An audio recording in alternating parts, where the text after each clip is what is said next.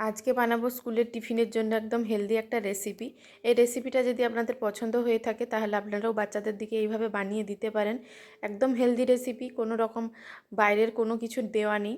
আপনারা চাইলে কিন্তু এটা অনায়াসে বাড়িতেই বানিয়ে নিতে পারেন, আর বাচ্চারাও কিন্তু খুব পছন্দ করে এই জিনিসটা। আমি আজকে বানাবো হোমমেড পাস্তা।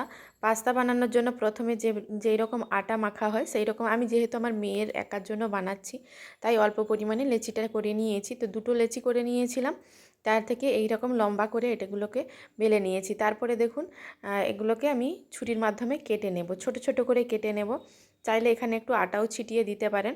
তো প্রথমে আমি ছোট ছোট করে কেটে নিচ্ছি, তারপরে কিন্তু আমি এখানে আটা ছিটিয়ে দেবো।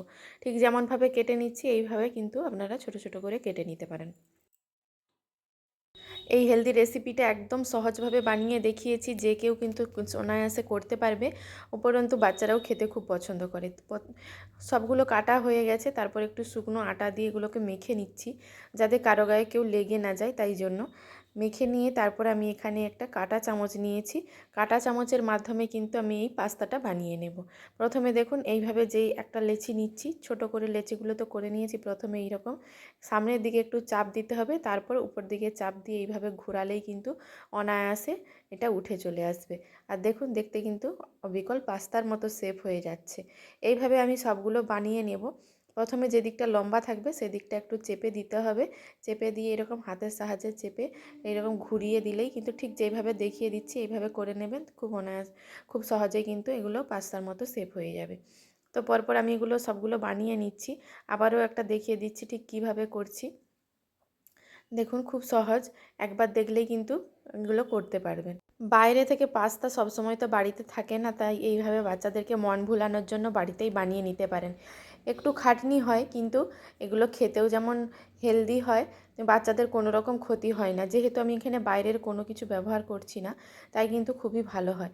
তো আটা আমি যেইভাবে মেখে রাখি, শুধুমাত্র লবণ দিয়েই কিন্তু আটাটা মেখে রেখেছিলাম, আর কোনো রকম তেল টেল কোনো কিছু দেওয়ার প্রয়োজন হয় না। সবগুলো করে নিয়েছি। এদিকে কড়াইতে জল গরম করতে বসিয়ে দিয়েছি, জলের মধ্যে অল্প একটু লবণ দিয়ে দিলাম।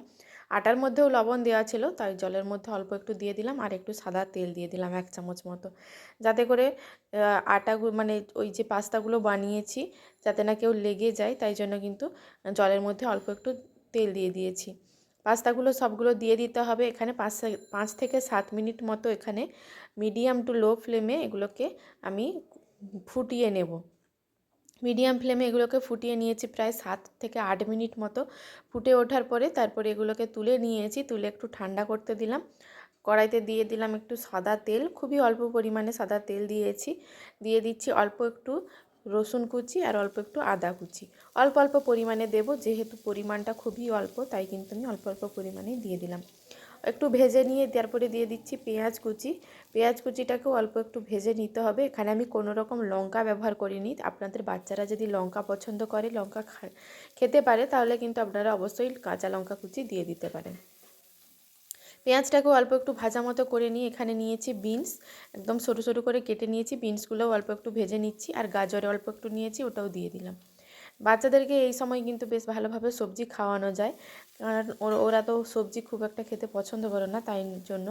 তো অল্প অল্প গাজর আর বিনটাকে ভেজে নিয়েও তারপরে দিয়ে দিলাম সেদ্ধ করে রাখা পাস্তাটা, আর অল্প একটু পরিমাণ মতো লবণ দিয়ে দিলাম। যেহেতু সবজির মধ্যে লবণ দেওয়া নেই, তাই অল্প একটু লবণ দিয়ে দিলাম। এখানে আপনারা চাইলে ডিম ভাজা করেও দিতে পারেন, তো আমি কিন্তু এখানে ডিমটা দিলাম না। তো আপনারা চাইলে কিন্তু ডিম ভেজেও দিতে পারেন। অল্প একটু হাফ চামচ মতো দিয়ে দিলাম সয়া সস। আপনার বাচ্চা যদি টমেটো কেচাপ পছন্দ করে তাহলে টমেটো কেচাপও দিয়ে দিতে পারেন। আমি বাইরে টমেটো কেচাপ ওকে দিতে চাই না, তাই কিন্তু আমি দিলাম না। তো বাড়িতে বানানো হলে অবশ্যই দিয়ে দেবেন। ঝালের জন্য অল্প একটু গোলমরিচের গুঁড়ো ব্যবহার করেছি। ভালো করে নাড়াচাড়া করে নিতে হবে 3 থেকে 4 মিনিট মতো। ভালো করে দেখুন, মিডিয়াম ফ্লেমে এগুলোকে নাড়াচাড়া করে নিয়েছি, অল্প একটু ভাজা ভাজা মতো হয়ে গেছে। তো আমার একদম পাস্তাটা রেডি হয়ে গেছে। তো আমি টিফিন বক্সের মধ্যে ভরে নিচ্ছি। দেখুন দেখতে কতটা কালারফুল হয়েছে, আর টেস্টের দিক থেকেও কিন্তু খুবই ভালো হয়েছিল। আপনাদের রেসিপিটা কেমন লেগেছে অবশ্যই কমেন্ট বক্সে কমেন্ট করে জানাবেন। আর যদি ভালো লাগে লাইক শেয়ার করে দেবেন, আর চ্যানেলটা সাবস্ক্রাইব